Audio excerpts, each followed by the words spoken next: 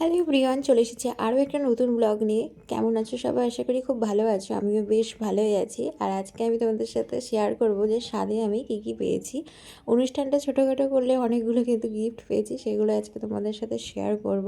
তো চলো, কে কী দিয়েছে সেগুলো এখন তোমাদের সাথে দেখাবো। আর এই শাড়িটা হচ্ছে আমি স্বাদে নিয়েছিলাম, তোমাদেরকে তো স্বাদের ভিডিওতে তো বলেছি।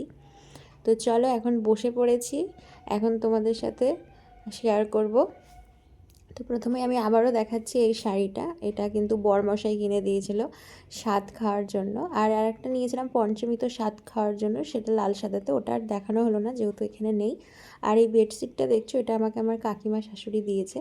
তো এটা হলুদের মধ্যে বেশ সুন্দর প্রিন্ট করা ছিল।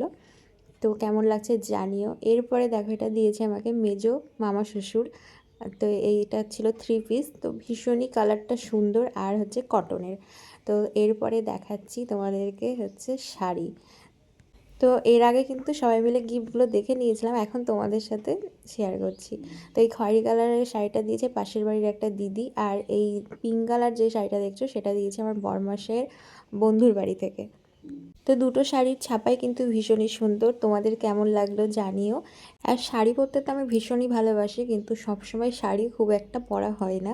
তো চলো, এরপরে দেখাবো আমাকে আমার বাবার বাড়ি থেকে যে শাড়িটা দিয়েছে সেটা। তো এই যে দেখো, এই শাড়িটা, সায়া ব্লাউজ এগুলো দিয়েছে। আর স্বাদ বিয়ে এইসব অনুষ্ঠান মানেই কিন্তু লাল হলুদের শাড়ি।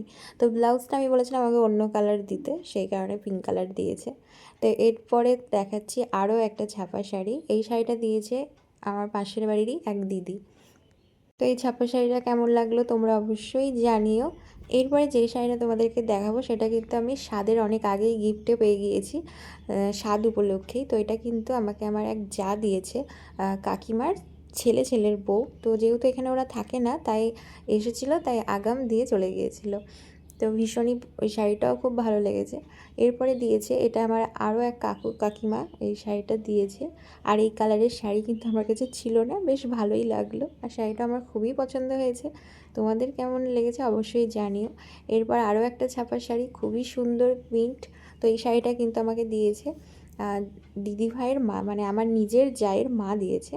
আর সাথে কিন্তু আলতা সিঁদুর, মিষ্টি, ফল এসবও পেয়েছিলাম, কিন্তু ফলগুলো আর দেখালাম না, শেষে তোমাদেরকে আলতা সিঁদুরটা দেখিয়ে দিচ্ছি। এরপরে দেখো, খুব কাজের জিনিস দিয়েছে, দুটো হচ্ছে হাউস কোট। তো এই দুটো কিন্তু আমাকে দিয়েছে আমার যা, যেহেতু আমার এখন দরকার, আর দরকারের সময় এইসব জিনিসগুলোই খুবই ভালো লাগে। তো এরপরে দেখো, এই শাড়িটা দিয়েছে হলো আমার ননদিনী।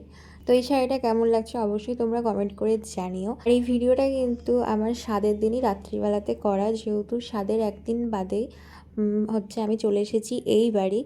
এরপরে আরও একটা সুন্দর শাড়ি নিয়ে চলে এসেছি। এই শাড়িটা দিয়েছে বড় মামা শ্বশুর। আর লাল কালারটা আমার খুবই পছন্দের, আর পছন্দের কালারের যে কোনো জিনিস পেলেই মনটা কিন্তু ভালো হয়ে যায়। আর লালের মধ্যে কিন্তু এই সাদা দিয়ে ফুল করা আছে। তো এই ছিল আমার স্বাদে পাওয়া কিছু গিফট। তো তোমাদের কেমন লাগলো সবগুলো শাড়ি অবশ্যই কমেন্ট করে জানিও।